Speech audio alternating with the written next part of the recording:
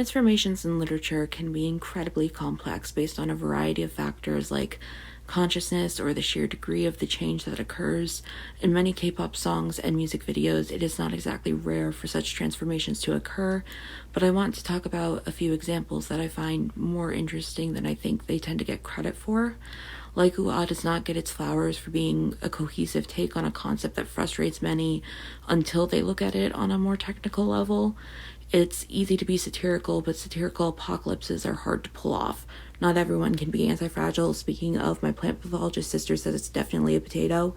But regardless, Like is a fun video. It's the kind of video you assume was not thought through though, and maybe that has to do with JYPE not knowing the direction they wanted Twice to go down.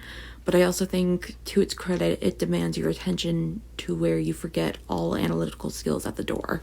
What's unclear about Like is how exactly we got here.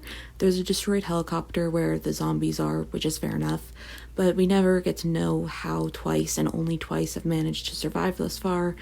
They are the lobberies before lobberies were a thing. We see them in a school infirmary, with Nayeon seemingly springing awake just in time for us to not see a glimpse of her asleep, meaning they were treating something previously asleep just like the zombies will eventually go on to reclaim the lives of theirs that are asleep until the end of the video.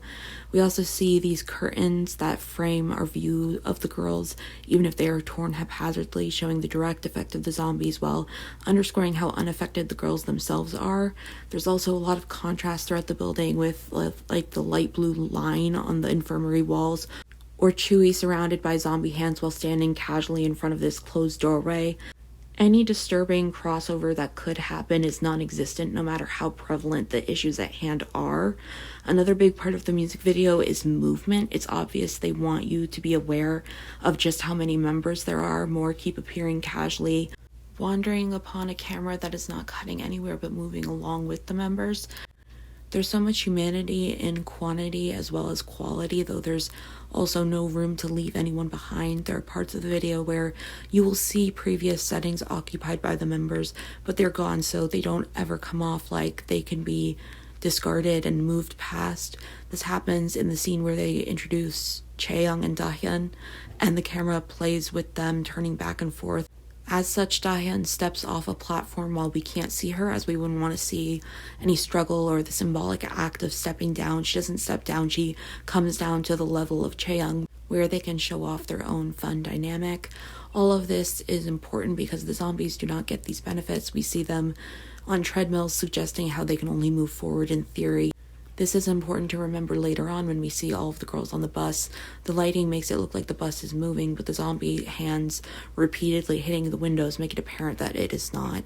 The idea of traditional movement's importance is an illusion. After all, the true cure to being a zombie is dancing and not caring about those kinds of things. The lights of a carousel come on as the zombies start to dance, like they can go on a more well-rounded journey again, even if for now it is still not moving, not quite yet, but that might just be indicative of it being part of the larger process of becoming human, or they are contrasting a temptation for life that is stuck in its ways versus reviving of their own accord. However, none of this is what fully sells the music video for me, because what sells the music video is Sana. Sana is a big part of communicating some of these more grandiose ideas.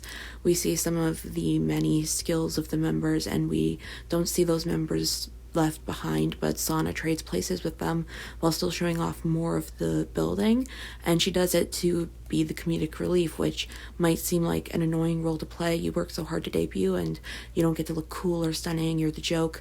You're the one who has to laugh while falling on their butt. But Sana brings a level of humanism that the music video needs. Humanity is a lot of things. Perfect is not one of them. And there is no appeal to this video if there is no fun to be had.